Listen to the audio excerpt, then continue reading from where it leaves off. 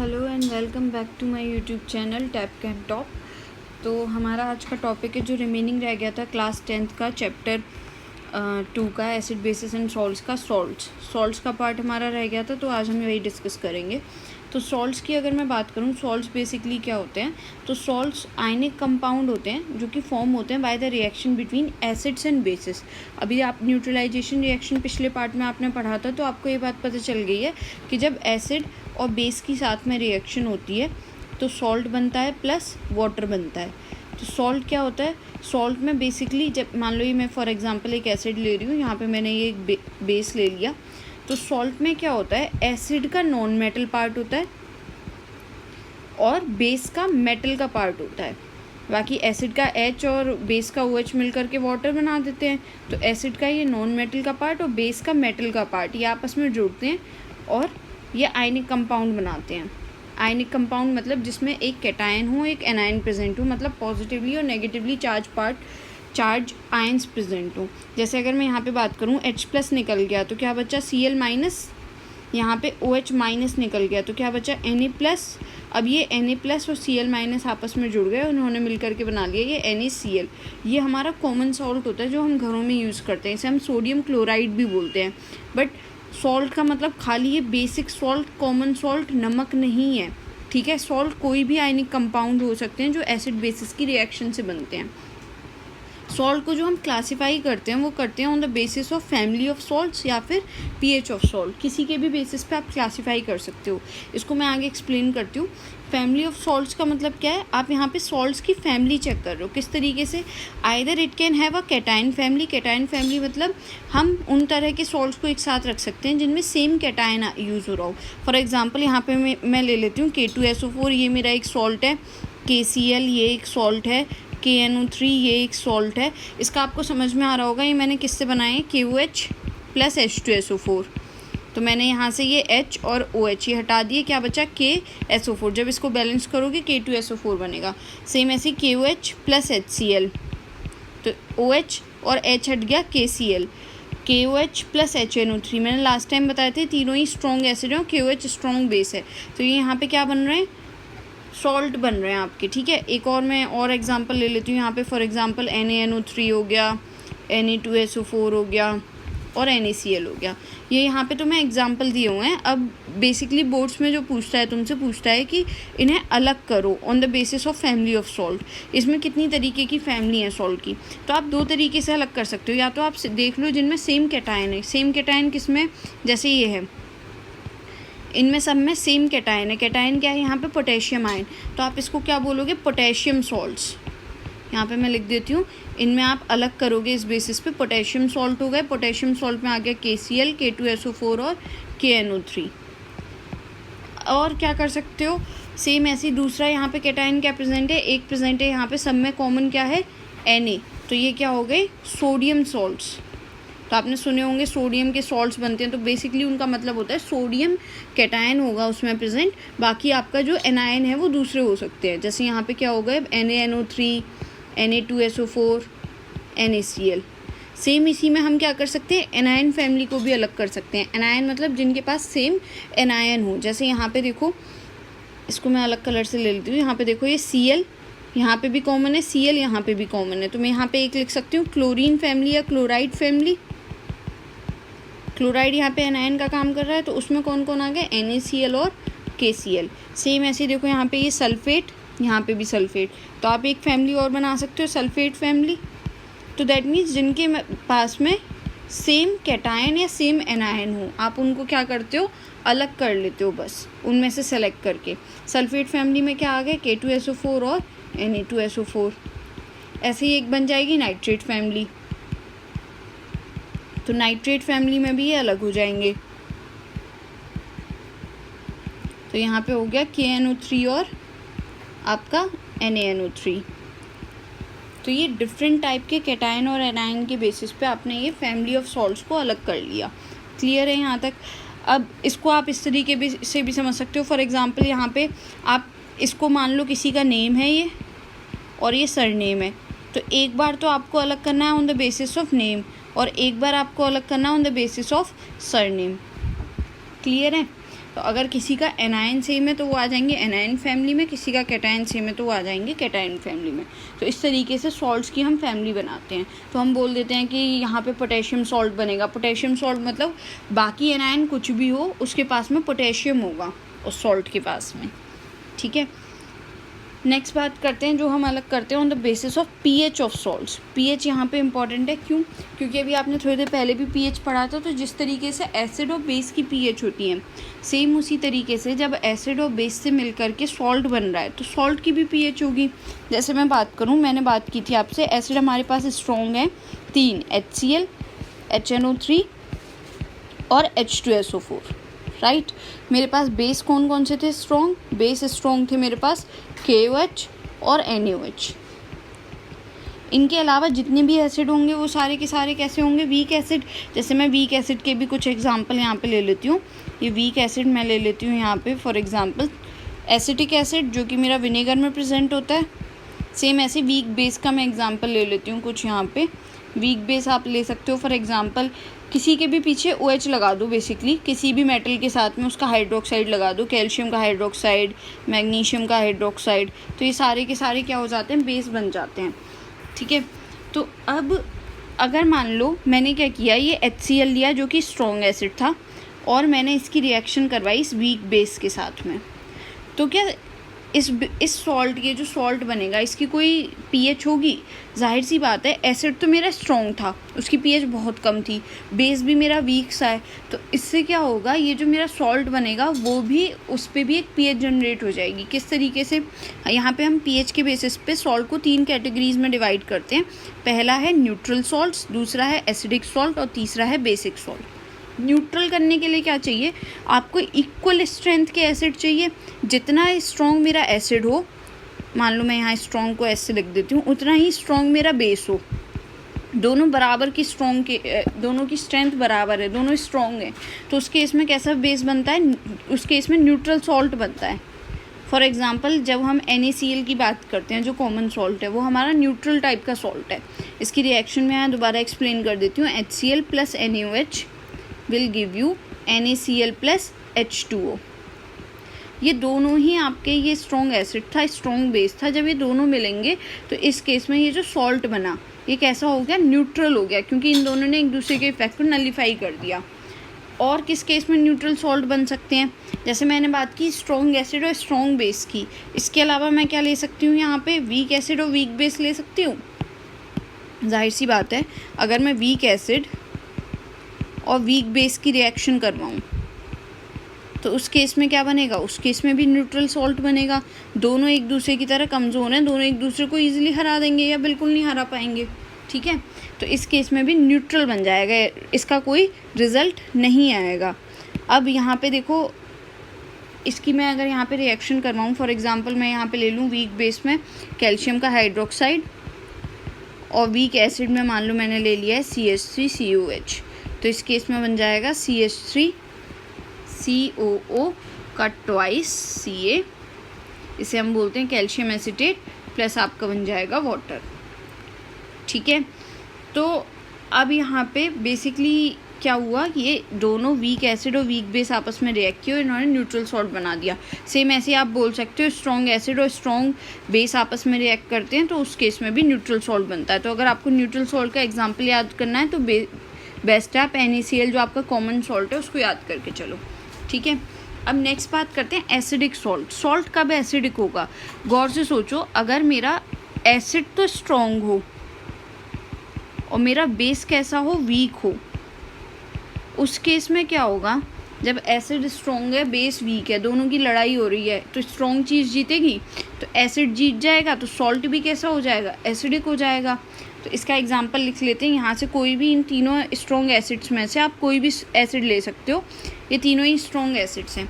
For example मैंने यहाँ ले लिया H2SO4, ठीक है। अब मैंने इसकी रिएक्शन करवाई, यहाँ पे वीक बेस मैंने ले लिया MgOH का होल ट्वाइस, मैंने इससे रिएक्शन करवाई, इसे बोलते हैं मैग्नीशियम हाइड्रोक्साइड और इसको हम बोलते हैं सल्फ्यूरिक एसिड, ठीक है। जब मैंने इनकी रिएक्शन करवाई तो सिंपली यहाँ पे आयंस का एक्सचेंज हो जाएगा, Mg तो बना लेगा सल्फेट, ये यहाँ पे सल्फेट और Mg आपस में रिएक्ट करेंगे और ये H और OH मिल करके क्या बना लेंगे? वाटर। क्लियर है। तो ये जो मैग्नीशियम सल्फेट है, क्योंकि इसमें सल्फेट लगा हुआ है जो कि सल्फ्यूरिक एसिड से मिला है, तो ये कैसा हो गया, एसिडिक सॉल्ट हो गया। तो इसकी जो पीएच होगी इस एसिडिक सॉल्ट की, जैसे न्यूट्रल सॉल्ट की पीएच होती है अराउंड में 7, इसकी कहाँ होगी, इसकी होगी बिलो 7। ठीक है। अब बेसिक सॉल्ट की बात करें, सॉल्ट बेसिक कब होगा, जब मेरा स्ट्रॉन्ग बेस हो। मुझे अगर सॉल्ट को बेसिक बनाना है तो मुझे बेस कैसा लेना पड़ेगा, स्ट्रॉन्ग, और एसिड कैसा लेना पड़ेगा, वीक। ठीक है। तो अब यहाँ पे बेस ले लो स्ट्रॉन्ग, फॉर एग्जांपल मैंने KOH ले लिया, प्लस यहाँ पे मैंने वीक एसिड ले लिया CH3COH which is acetic acid. तो यहाँ पे बन गया ये पोटेशियम एसीटेट और साथ में वाटर। तो ये जो पोटेशियम एसीटेट है, क्योंकि इसमें K जुड़ा हुआ है, K कहाँ से आया है, KOH से आया है, तो ये कैसा सॉल्ट है, बेसिक सॉल्ट है, क्योंकि KOH कैसा बेस है, स्ट्रॉन्ग बेस है। क्लियर है इतना। नेक्स्ट बात करते हैं कॉमन सॉल्ट की। अब हम ये जो सॉल्ट हैं हमारे, इससे बेसिकली क्या क्या केमिकल्स बनाए जा सकते हैं और उनके बारे में बात करेंगे। तो जैसे अगर मैं बात करूँ कॉमन सॉल्ट की, कॉमन सॉल्ट का मैंने फॉर्मूला अभी बताया, NaCl बोलते हैं इसको। बनता कैसे है, दोबारा लिख देती हूँ, HCl और NaOH, इनकी रिएक्शन से बनता है। कैसे, एसिड तो H+ देता है, बेस OH- देता है। यहाँ पे मैं लिख देती हूँ, एसिड ने रिलीज़ किया H+, बेस ने रिलीज़ किया OH-। तो यहाँ पे क्या क्या बचा, यहाँ पे बचा Cl- और Na+। तो ये Cl- और Na+ आपस में जुड़ जाते हैं और ये बना लेते हैं आयनिक कंपाउंड सोडियम क्लोराइड, और साथ में बन जाता है वाटर। क्लियर है। तो ये हमारा रिएक्शन से फॉर्म होता है HCl और NaOH की। तो ये हम बेसिकली जो रिएक्शन करते हैं ये लैब में करते हैं बेटा। जो हमारे पास घरों में नमक आ रहा है वो इस तरीके से नहीं आ रहा, क्योंकि हमारे पास जो घरों में नमक है वो ऑलरेडी हमारे पास सी वाटर की इवेपोरेशन से जनरेट किया जाता है।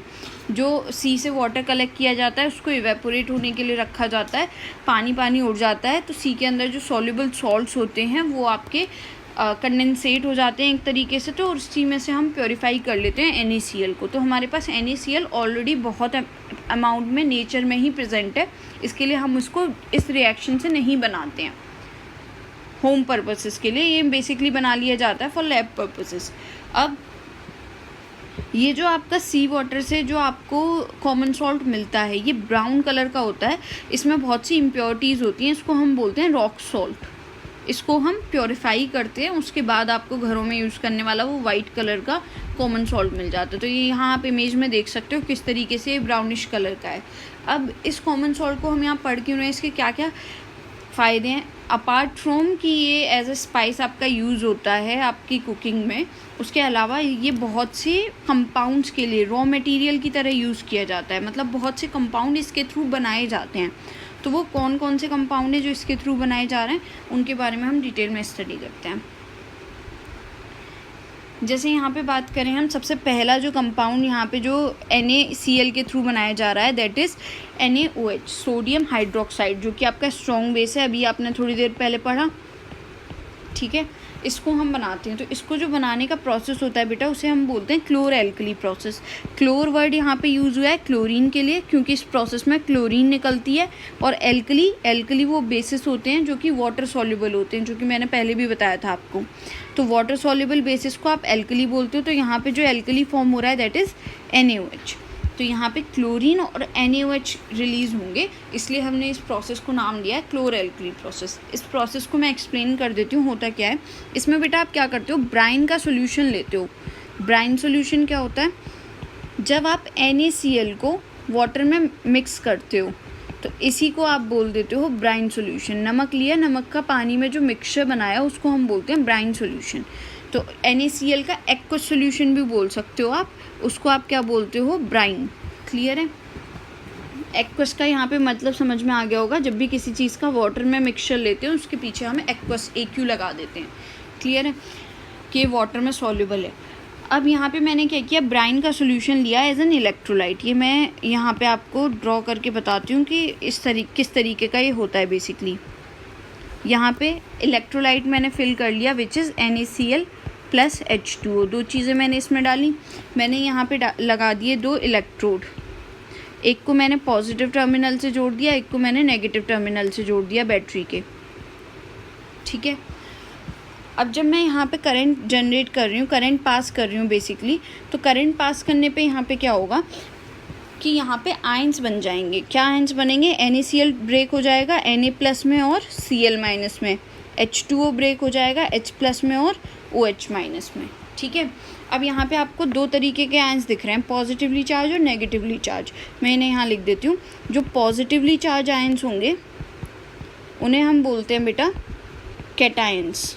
तो यहाँ पे दो तरीके के कैटायंस आपको दिख रहे हैं, एक तो दिख रहा है Na+ और एक और कौन सा है H+, ठीक है। Na+ तो NaCl से मिल गया और H+ मिल गया वाटर से। नेगेटिवली चार्ज आयन कौन से हैं यहाँ पे? नेगेटिवली चार्ज में जो नेगेटिवली चार्ज आयंस होते हैं उन्हें हम बोलते हैं एनायंस, ठीक है। एनायंस हैं यहाँ पे आपके, एक तो है Cl- और एक है OH-। क्लियर है यहाँ पे? अब जो पॉजिटिवली चार्ज आयंस है कैटायंस, वो किस तरफ जाएंगे? पॉजिटिव अगर कोई चीज़ है यहाँ पे तो वो किसकी तरफ अट्रैक्ट होगी? नेगेटिव की तरफ। तो नेगेटिवली चार्ज जो इलेक्ट्रोड होता है बेटा उसको हम बोलते हैं कैथोड, और जो पॉजिटिवली चार्ज इलेक्ट्रोड होता है उसको हम बोलते हैं बेटा यहाँ पे एनोड, ठीक है। तो अब यहाँ पे क्या होगा, जो Na+ और H+ हैं ये दोनों एक साथ क्या करेंगे? कोशिश करेंगे कहाँ जाने की? नेगेटिवली चार्ज इलेक्ट्रोड इसके पास आने की कोशिश करेंगे यहाँ पे, कि हम यहाँ पे चले जाएं, क्योंकि पॉजिटिव नेगेटिव के बीच में क्या होगा? अट्रैक्शन होगा। बट अब आप एक चीज़ सोचो, H+ है आपका सबसे स्मॉलेस्ट एलिमेंट, Na+ का साइज़ उससे बड़ा होता है, ठीक है। ये इतना है मान लो, तो ये इतना है, ठीक है। अब एक तरफ तो एक हल्का आदमी भाग रहा है, एक तरफ एक मोटा आदमी भाग रहा है, तो जाहिर सी बात है जिसका साइज़ छोटा है वो जल्दी, उसका जो स्पीड होगी वो ज़्यादा फास्ट होगी। तो यहाँ पे H+ जल्दी पहुँच जाएगा कैथोड की तरफ और H+ बना लेगा H2 गैस, रिड्यूस हो जाएगा ये यहाँ पे H2 बना करके, ये यहाँ से ये H2 गैस रिलीज़ होने लगेगी, ठीक है। नेक्स्ट बात करें, Na+ यहीं रह गया सॉल्यूशन में। नेक्स्ट यहाँ पे अगर हम बात करें सेम चीज़ होगी, एक तरफ तो है Cl- और एक तरफ है OH-। OH- में बेटा दो आयंस हैं, एक तो ऑक्सीजन और एक हाइड्रोजन, इस तरीके से, ठीक है। और Cl- अकेला है, तो अभी भी ये हल्का हुआ है इस केस में, तो ये जल्दी पहुँच जाएगा पॉजिटिव इलेक्ट्रोड की तरफ, दैट मीन्स एनोड की तरफ। तो यहाँ पे ध्यान रखना, यहाँ पे एनोड पर तो निकलती है आपकी क्लोरीन गैस, इसको चाहो तो याद कर लेना AC करके, और कैथोड पे निकलती है आपकी हाइड्रोजन गैस। अब इस सॉल्यूशन में क्या बच गया? Cl चली गई, और मैं इसको यहाँ पे ब्लैक कर देती हूँ कम्प्लीटली, कि ये Cl चली गई यहाँ से, और यहाँ से चला गया H+। क्या बचा? एक Na+ बचा और एक बचा OH-। तो Na+ और OH- आपस में मिलकर के बना लेंगे NaOH, इसी को हम क्या बोलते हैं? एल्कली।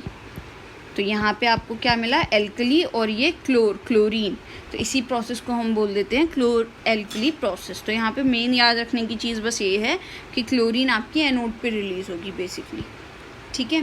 तो इस तरीके से यहाँ पे क्लोर एल्कली प्रोसेस कंप्लीट होता है, और ये बनता किससे? ये बनता है आपके NaCl से, ठीक है।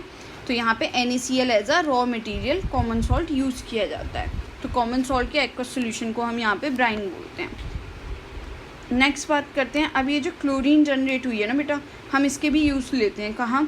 जैसे अगर मैं बात करूँ ब्लीचिंग पाउडर की, जो घरों में ब्लीचिंग पाउडर यूज़ होता है जब कभी हमारे कपड़ों पे दाग लग गया फॉर एग्जांपल, तो उसके लिए हम क्या करते हैं? ब्लीचिंग पाउडर वगैरह उस पर डालते हैं ताकि उस कपड़े से वो स्टेन हट जाए। या कॉटन इंडस्ट्री में ये बहुत यूज़ होता है, वहाँ पे कॉटन के जो फाइबर वगैरह होते हैं उनको ब्लीच करने के लिए। तो ब्लीचिंग पाउडर है क्या? ब्लीचिंग पाउडर में बेसिकली आप क्या करते हो, यहाँ पे आप लेते हो स्लेक्ड लाइम। स्लेक्ड लाइम मैंने आपको पहले भी बताया था। What is slaked lime? Calcium hydroxide को या स्लेक्ड लाइम या आप लाइम वाटर कहते हो। इसके थ्रू जब आप ड्राई यहाँ पे क्लोरीन गैस पास कराते हो इसमें से, तो क्या होता है? कैल्शियम हाइपोक्लोराइड बनता है। इस कैल्शियम हाइपोक्लोराइड को ही हम बोलते हैं ब्लीचिंग पाउडर, और साथ में जनरेट होता है आपका वाटर। तो इसका केमिकल नेम याद रख लेना, ये यहाँ पे नेम है, इसका केमिकल नेम होता है आपका सॉरी कैल्शियम, इसका नेम होता है कैल्शियम हाइपोक्लोराइड और इसका जो फॉर्मूला होता है वो होता है CaOCl2। यहाँ पे याद रखना है ये CaOCl2 है, ना कि CaOCl का ट्वाइस है, ठीक है। ये गलती बहुत करते हैं बच्चे, तो इसको मत करना, इसे ध्यान रखना। CaOCl2 मतलब कैल्शियम ऑक्साइड से इस तरीके से दो क्लोरीन, यहाँ पे दो क्लोरीन लगे हुए हैं बेसिकली, ठीक है।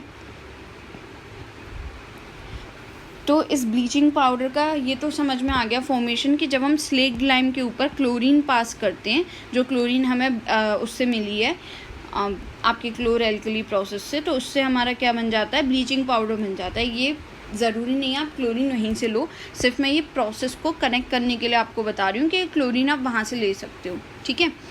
तो अब यहाँ पे ब्लीचिंग पाउडर के यूज़ क्या क्या होते हैं। तो ब्लीचिंग पाउडर बेटा जो बेसिकली यहाँ पे यूज़ होता है, जैसे मैंने बताया, ये आपका कॉटन वगैरह को करने के लिए यूज़ होता है, प्लस ये वाटर को जर्म फ्री बनाने के लिए भी यूज़ होता है। अगर इसमें जर्म्स वगैरह ना पड़े, इसके लिए भी थोड़ा बहुत ब्लीचिंग पाउडर डाला जाता है। जो आप स्विमिंग पूल में भी देखते हो वहाँ पे क्लोरीन डाली जाती है। तो इस ब्लीचिंग पाउडर का जो मेन जो आप बोल सकते हो जो ब्लीच करता है वो बेसिकली यहाँ पे क्लोरीन करती है। ब्लीचिंग एक्शन जो होता है वो क्लोरीन का होता है। तो क्लोरीन स्विमिंग पूल वगैरह में आपने देखा है कि क्लोरीन की कुछ टैबलेट्स ऐड की जाती हैं, तो वो किस लिए की जाती हैं, ताकि वाटर आपका जर्म फ्री रहे। अगर आपके पास क्लोरीन टैबलेट्स नहीं है तो आप वहाँ पे ब्लीचिंग पाउडर डाल सकते हो। फिर अगर कभी स्पॉट वगैरह लग जाते हैं तो उसको भी यहाँ पे हटाने के लिए यूज़ किया जाता है, क्योंकि ये बहुत अच्छे ऑक्सीडेंट की तरह वर्क करता है। क्लियर है।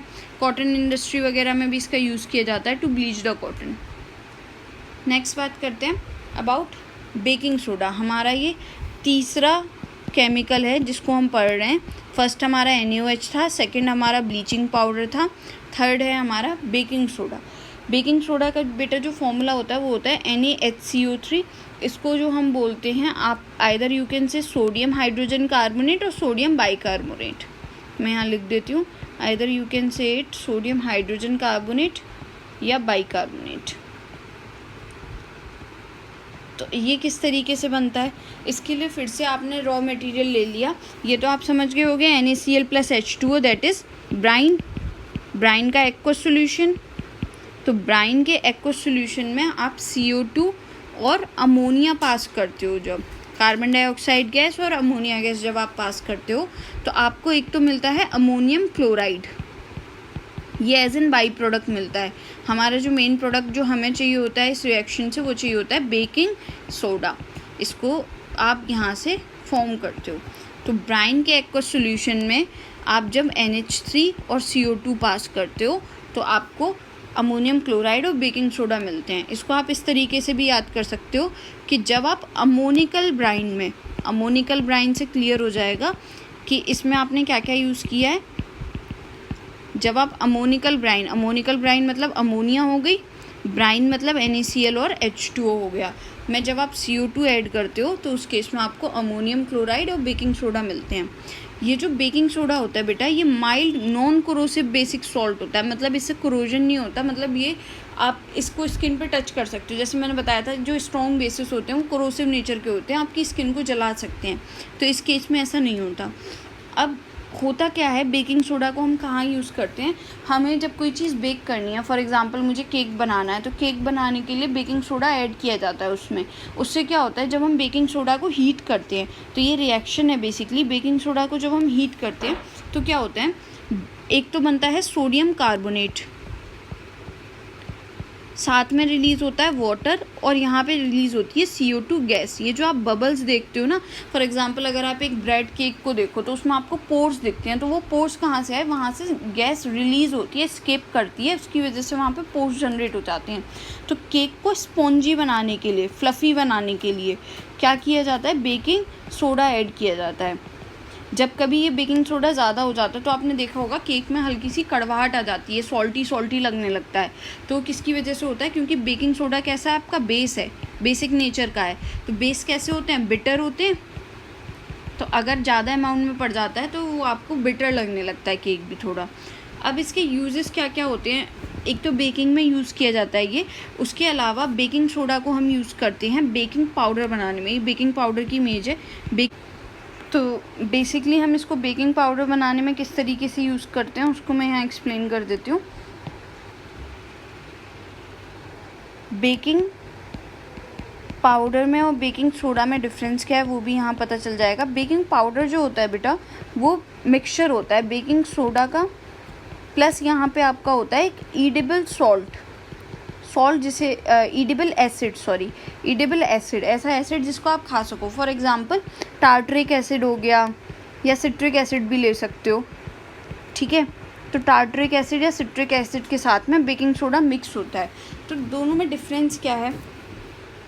दोनों में बहुत छोटा सा डिफरेंस ये है कि बेकिंग सोडा जो होता है वो तभी एक्टिवेट होता है जब आप उसमें एसिड डालो प्लस वाटर डालो। ये आपने किया भी होगा घर पे कि घर पे अगर बेकिंग सोडा रखा है उसके ऊपर लेमन का रस डालना, लेमन के कुछ ड्रॉप्स डालना, तो क्या होगा उसमें से, और थोड़ा सा वाटर ऐड करना, उसमें से तुम्हें बबल्स निकलते हुए दिखेंगे CO2 के, ठीक है। बेकिंग पाउडर के केस में क्या होता है, इसमें आपको एसिड डालने की नीड नहीं है क्योंकि इसमें ऑलरेडी एक एसिड पड़ा होता है। इसमें सिर्फ आप वाटर डालो तो ये एक्टिवेट हो जाता है, CO2 रिलीज़ कर देता है उस टाइम पे, ठीक है।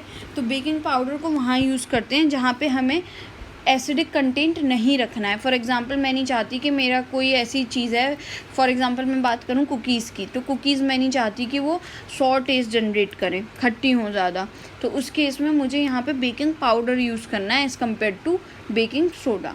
क्लियर है? तो दोनों की रिएक्शन सेम होती है। इसमें भी क्या होता है, बेकिंग पाउडर के केस में भी जो रिएक्शन होती है फॉर्मूला सेम होता है दोनों का, NaHCO3, उसमें साथ में H+ रहता है।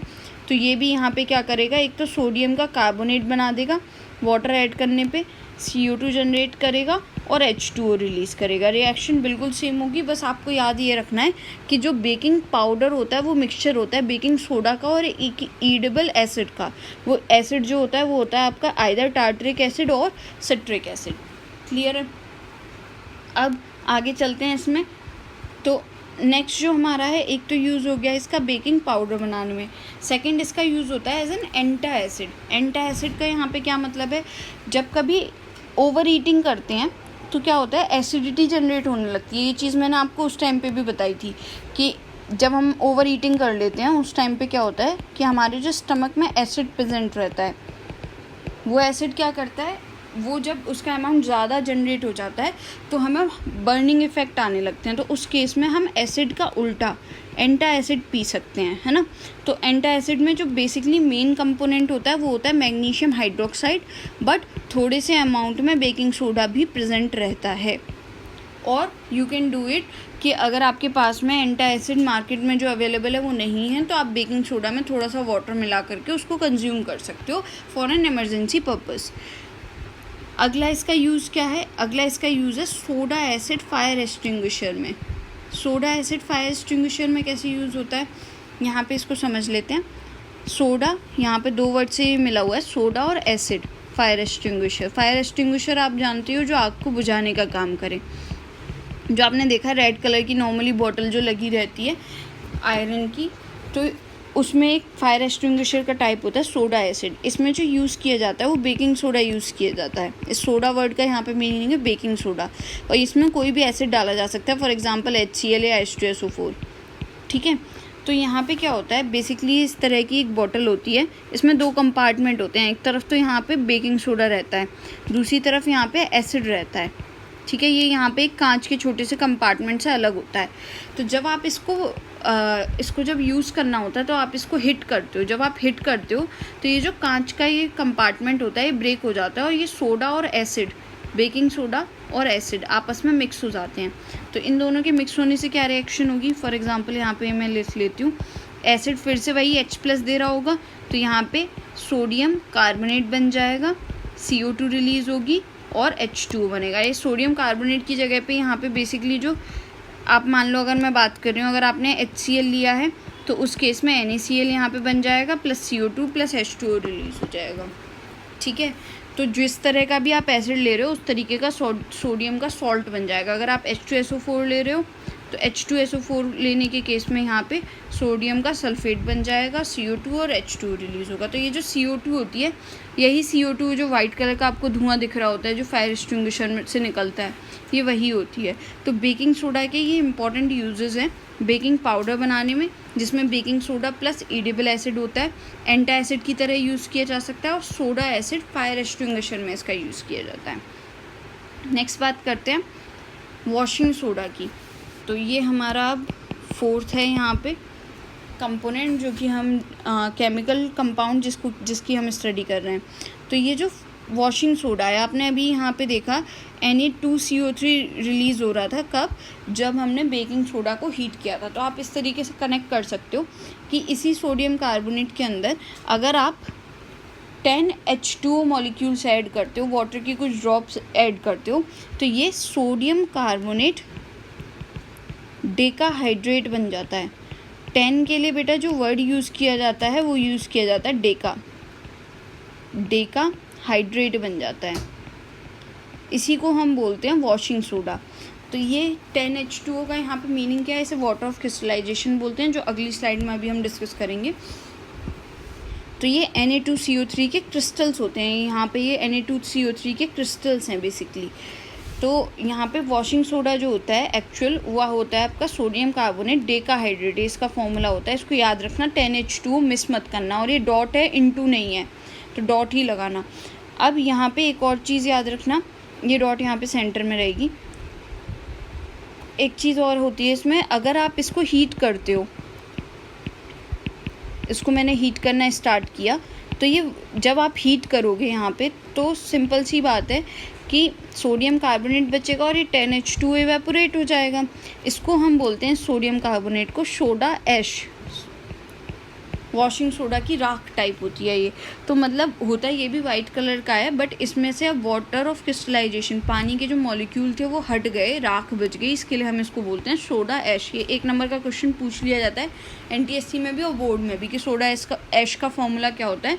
तो याद रखना, दैट इज सोडियम कार्बोनेट, और वॉशिंग सोडा का फॉर्मूला क्या होता है? Na2CO3.10H2O, sodium carbonate decahydrate. इसके यूजेस क्या क्या होते हैं? वॉशिंग सोडा का जो एक इम्पॉर्टेंट यूज़ है बेटा, वो है to remove permanent hardness of water. हम इससे क्या करते हैं? वाटर की परमानेंट हार्डनेस रिमूव करते हैं। आप 11th में पढ़ोगे भी आगे किस तरीके से यूज़ की जाती है। तो वॉशिंग सोडा वो केमिकल होता है जो कि परमानेंट हार्डनेस वाटर की रिमूव करने के लिए यूज़ किया जाता है। ये भी 1 नंबर का बहुत इंपॉर्टेंट क्वेश्चन बनता है कि वॉशिंग सोडा का यूज़ क्या है, या परमानेंट हार्डनेस को रिमूव करने के लिए कौन सा सोडियम कंपाउंड यूज़ किया जाता है। ठीक है, तो ध्यान रखना, अभी तक हम सारे ही सोडियम के कंपाउंड्स पढ़ रहे हैं। बेकिंग सोडा हो गया, सिर्फ एक ब्लीचिंग पाउडर को छोड़ दो, तो बेकिंग सोडा हो गया, वॉशिंग सोडा हो गया, आपका सोडियम हाइड्रोक्साइड हो गया, सोडियम क्लोराइड हो गया। ब्लीचिंग पाउडर के अलावा अभी तक सारे आपने सोडियम के कंपाउंड्स पढ़े हैं। तो एक यूज़ तो इसका हो गया परमानेंट हार्डनेस को रिमूव करने के लिए। दूसरा आता है ये आपका बोरेक्स फॉर्मेशन के लिए यूज़ किया जाता है। बोरेक्स बनाने के लिए यूज़ करने का मतलब, बोरेक्स भी एक तरीके का केमिकल होता है जो कि क्लीनिंग पर्पसेस के काम आता है। बाकी आपको पता है वॉशिंग सोडा आपका जो घरों में जो हाउस होल्ड क्लीनिंग में आप यूज़ करते हो, फॉर एग्जांपल कपड़े वगैरह धोने के लिए जो आप यूज़ कर रहे होते हो, वो क्या होता है? वॉशिंग सोडा ही होता है। क्लियर है? तो इसके 2 ये इंपॉर्टेंट पॉइंट हैं, एक तो रिमूव करने के लिए परमानेंट हार्डनेस को, बोरेक्स को वो करने के लिए, और ये तो जनरल आपको पता ही है कि कपड़े वगैरह धोने के काम आता है। बोरेक्स भी बेटा बेसिकली क्या होता है? वही एक क्लीनिंग एजेंट की तरह काम करता है, जिसका आजकल तुम बहुत ऐड देख रहे होगे कि एक बहुत स्ट्रॉन्ग सा आपने कोई स्प्रे किया, उसकी वजह से सारी चीज़ें क्लीन हो गई, तो वो बेसिकली बोरेक्स होता है उसके अंदर। नेक्स्ट बात करते हैं, जैसे मैंने बोला था अभी कि इसके पास में ये जो 10 H2O लगा हुआ है, इसका क्या मतलब है? तो इसको हम बोलते हैं बेटा वाटर ऑफ क्रिस्टलाइजेशन। क्या मतलब है इसका? किसी भी कंपाउंड का क्रिस्टल बनाने के लिए उसमें एक fix number of water molecules attached होते हैं। अगर वो अटैच नहीं है, उस केस में क्या होता है? दोनों की प्रॉपर्टीज़ में फ़र्क पड़ता है। यहाँ पे मैंने एग्जांपल के लिए यहाँ पे एक्सप्लेन किया हुआ है। ये है यहाँ पे आपका फेरस सल्फेट का एक क्रिस्टल, ठीक है, FeSO4.7H2। आपको ये नंबर एग्जैक्ट याद रखना है कि कितने वाटर मॉलिक्यूल्स अटैच्ड होते हैं। ये है आपका FeSO4.7H2। अगर आप इसको हीट करते हो तो सबसे पहले ये ग्रीन कलर से किस में चेंज होगा? वाइट में। क्या बना लेगा? ये जो 7H2O के मॉलिक्यूल्स हैं वो हट जाएंगे और ये फेरस सल्फेट बना लेगा। तो मतलब एक क्रिस्टल बनाने के लिए जिसकी कंप्लीट डिफरेंट प्रॉपर्टीज़ होती हैं फ्रॉम पाउडर, क्या होता है? ये जो क्रिस्टल होता है ये इस कंपाउंड से टोटली डिफरेंट प्रॉपर्टीज शो करता है। जैसे सिर्फ 7H2 मॉलिक्यूल्स आ जाने से यहाँ पे क्या हुआ? ग्रीन कलर आ जा रहा है। तो इसका एक एक्सपेरिमेंट भी करते हैं कि इस तरीके का आपको क्रिस्टल दे दिया, उसको हीट करने को बोला। हीट करने पे आपको कुछ ऐसे विजिबल जो होगा सिर्फ और सिर्फ ये होगा कि उसका कलर चेंज हो रहा होगा, बाकी वो कंपोनेंट में ही रहेगा तो FeSO4 ferrous sulphate he, but अब उसकी प्रॉपर्टी बिल्कुल अलग हो गई है। तो वो जो क्रिस्टल था वो क्रिस्टल नहीं रहा। क्लियर है? तो क्रिस्टल को फॉर्म करने के लिए पर्टिकुलरली जो fix number of water molecules attach होते हैं, फॉर एग्जांपल अगर यहाँ पे 1 हो या 2 हो, उससे फ़र्क नहीं पड़ेगा until unless it is not 7। ठीक है, जैसे ही 7H2 होंगे इसका जो कलर होगा वो ग्रीन हो जाएगा। इसको आप रिवर्स भी कर सकते हो, अगर आप इसमें वाटर ऐड कर दो कुछ ड्रॉप्स वाटर की तो ये वापस ऐसा हो जाएगा। ठीक है, तो ये रिवर्सिबल हो सकता है। नेक्स्ट बात करें, ये है आपका कॉपर का sulphate, copper sulphate dot 5H2O। तो अगर आप इसको भी हीट करते हो तो इस केस में ये भी कैसा हो जाएगा, वाइट हो जाएगा। और ये है आपका जिप्सम, CaSO4 डॉट 2H2O। तो इसको हम बोलते हैं जिप्सम, जिसके बारे में अभी हम आगे पढ़ेंगे। तो ये वाइटिश कलर का ही होता है पहले से ही। तो वाटर ऑफ क्रिस्टलाइजेशन समझ में आया कि एक क्रिस्टल को फॉर्म करने के लिए fix number of water molecules attached होते हैं, जो कि उसको उसकी पर्टिकुलर प्रॉपर्टी दे रहे होते हैं यहाँ पे, जिसको अगर हम हीट करें तो सबसे पहले ये वाटर ऑफ क्रिस्टलाइजेशन रिमूव हो जाता है। तो वॉशिंग सोडा के केस में ये वाटर ऑफ क्रिस्टलाइजेशन है 10, इसका नंबर है 10। क्लियर है?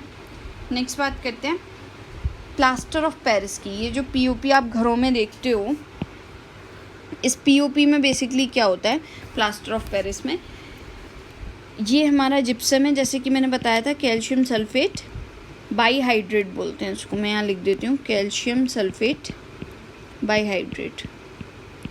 बाई वर्ड का यहाँ पे जो यूज़ किया हुआ है वो किया हुआ है फॉर 2, बाई या डाईहाइड्रेट आप बोल सकते हो। तो जब इसको स्पेसिफिकली आप 373 केल्विन तक हीट करते हो, इससे ज़्यादा टेम्परेचर करोगे तो ये वाला जो वाटर ऑफ क्रिस्टलाइजेशन इसमें अटैच्ड है ये भी हट जाएगा और ये कन्वर्ट हो जाएगा CaSO4 में। अगर आप एबव 373 हीट करते हो तो अगर आप एबव 373 केल्विन इस जिप्सम को हीट करते हो तो ये कैल्शियम सल्फेट बना लेगा, जिसे हम बोलते हैं डेड बर्न्ड प्लास्टर। इसके बारे में भी मैं अभी आपको बताती हूँ। होता क्या है, ये आपका जिप्सम होता है, ये भी आपने देखा जिप्सम इस तरीके का है। इसको जब आप 373 केल्विन तक हीट करते हो तो क्या होता है, कैल्शियम सल्फेट के साथ में सिर्फ हाफ H2 अटैच रहता है। इसको हम बोलते हैं प्लास्टर ऑफ पेरिस या POP। इस POP के आपने बहुत से यूजेस सुने होंगे, जैसे POP हमारे वॉल्स की या रूफ़ के लिए किया जाता है, उसको एक अट्रैक्टिव लुक देने के लिए। अगर कभी फ्रैक्चर हो जाता है तो उस हड्डी को जॉइन करने के लिए यूज़ किया जाता है। POP के बहुत से टॉयज़ बनाए जाते हैं बेसिकली। तो इससे बहुत तरीके के अट्रैक्टिव मटेरियल्स भी बनाए जाते हैं या फिनिशिंग अच्छी देने के लिए भी POP का यूज़ किया जाता है। तो जब आप जिप्सम को हीट करते हो, याद रखना, जिप्सम को जब आप हीट करते हो तो POP बनता है और 1.5 H2O अलग हो जाता है 373 केल्विन पे। अगर आप इसको 373 केल्विन से ज़्यादा हीट कर देते हो या इस POP को आप फर्दर हीट करना स्टार्ट करते हो, दोनों ही केसेस में CaSO4 बनता है, इसमें से वो हाफ H2O भी अलग हो जाता है। तो इसको हम बोलते हैं डेड बर्न्ड प्लास्टर। और अब इससे हम वापस से जिप्सम या POP नहीं बना सकते। क्लियर है? यहाँ तक समझ में आ रहा है कि इस CaSO4 से हम फर्दर डेड बर्न प्लास्टर से, ये भी 1 मार्क में पूछ लिया जाता है, what is dead burn plaster, इससे आप फर्दर POP नहीं बना सकते हो। अब होता क्या है कि ये जो हम बोलते हैं, ये जो फ्रैक्चर में यूज़ किया जाता है, हम क्या करते हैं इसमें POP लेते हैं, डॉक्टर क्या करता है, POP लेता है, POP के अंदर वाटर ऐड करता है और उसके बाद इसको हाथ पे लगाता है या कहीं भी जहाँ भी फ्रैक्चर हुआ है वहाँ लगाता है। तो ये POP, इस POP में मैं यहाँ लिख देती हूँ, जब आपका फर्दर वाटर ऐड होता है तो ये क्या बना लेता है, फिर से जिप्सम बना लेता है। ये जो जिप्सम होता है ये सॉलिड हार्ड होता है, हार्ड मास का होता है। तो यही होता है जो कि आपके प्लास्टर में वर्क कर रहा होता है। तो ये जिप्सम होता है जो कि हार्ड सॉलिड होता है बहुत।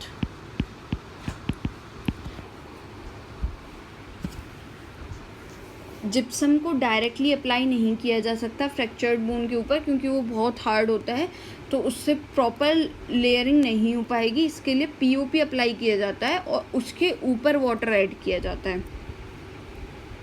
तो होप सो ये आपको चैप्टर पूरा समझ में आया हो। अगर कोई डाउट है रिमेनिंग आपका तो आप कमेंट सेक्शन में पूछ सकते हो।